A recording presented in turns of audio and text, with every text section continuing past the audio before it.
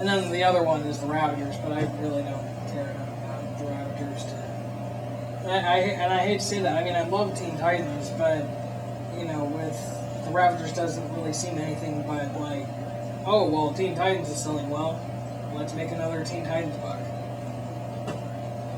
Yeah, that's exactly my reaction.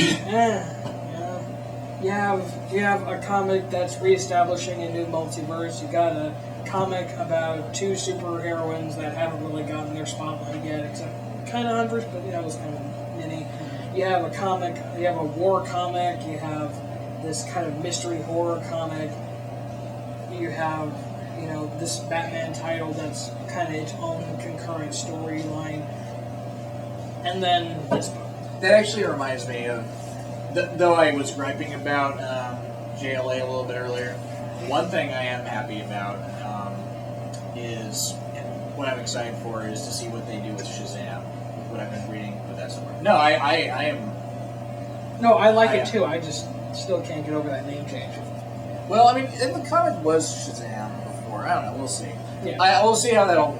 I really like the way that they're approaching Billy Batson in the reboot, making him really kind of a D-bag of a little kid. But I think that makes a lot of sense. Yeah, I would love to see him get his own comic. I hope he does. Because I mean, they've already given that character enough depth in my mind, and said, well, I mean,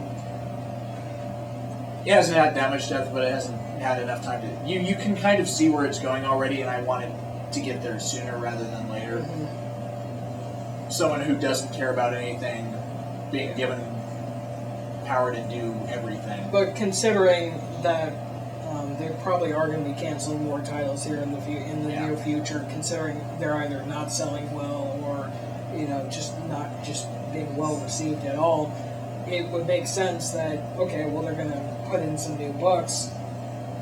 What are you really going to fill in? What kind of books are going to sell? Like, what kind of DC books do you think were really going to be the ones like, okay, well, we're going to get rid of these books. What should we put in its place? And I think a Shazam comic seems like one of the smarter decisions as one of the kind of new comics to bring in. After that, I have no idea where to go from there. Well, I've already said kind of where I think it needs to go. They need to...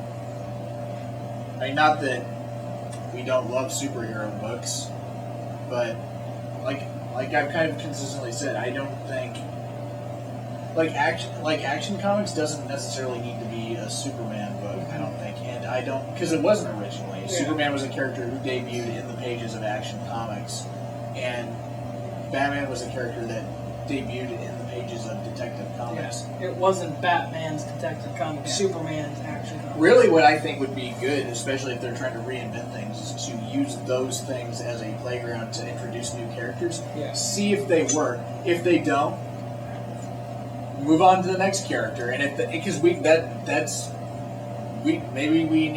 where we're gonna get the 21st century's new Batman or new Superman. Maybe that's where they're gonna come from.